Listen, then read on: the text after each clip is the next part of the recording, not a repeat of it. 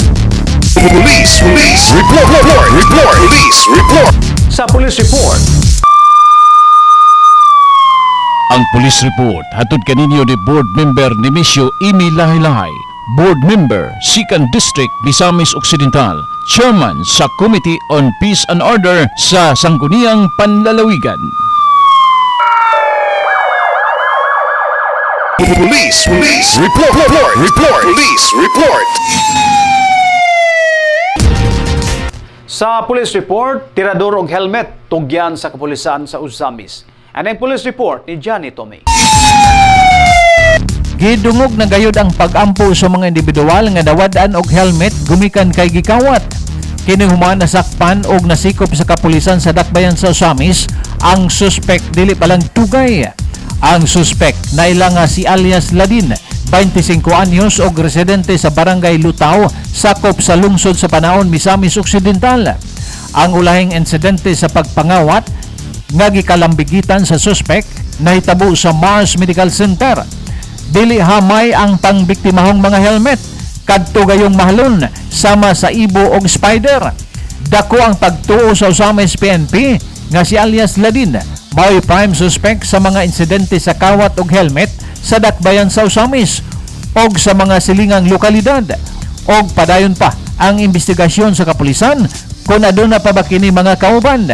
Anana sa kustodiya sa Usamis PNP si alias Ladin og giproseso na ang mga dokumento alang sa pag-aatubangong kaso.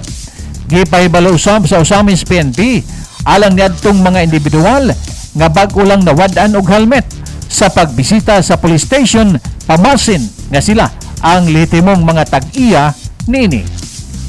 Samtang sa lain pang police report, lalaking mananagat og construction worker tiklo sa bypass operation sa Usamis. Tingkagol karon sa selda sa kapulisan ang usa ka 29 anyos nga lalaki human masikop sa gikasang drug bypass operation sa mga operatiba sa Usamis City PNP Police Station sayo sa kadlawon Hunyo 22, 2026. Gila sa mga otoridad ang suspect sa alias nga Sam, usa ka mananagat o construction worker nga residente mismo sa Purok 4, Barangay San Antonio ning Dakbayan. Matud pa sa report, malampuson nga napalitan si Sam sa pusher buyer o usa ka sashi sa gitoang shabu nga may balor og 500 pesos. Atol sa gihimong pagkapkap o body search kaniya, nakuhaan pa kini og dugang usa ka medium size og 11 ka gagmay sashi sa nagkadiyang gidakon nga sulod ang gidulang illegal nga droga.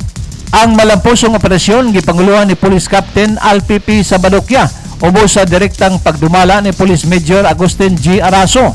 Kasamtangang anana karon sa temporaryong detention cell ang suspect sa Usamis CPS samtang gihikay na sa kapulisan ang tukmang kaso batok kaniya tungod sa paglapas sa Republic Act 9165 o ang Comprehensive Dangerous Drugs Act of 2002.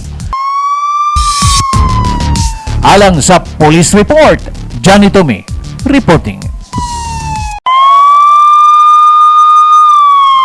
Ang Police Report hatod kaninyo ni Board Member Nemesio Imi Lahi-Lahi, Board Member, 2nd District, Misamis Occidental, Chairman sa Committee on Peace and Order sa Sangguniang Panlalawigan.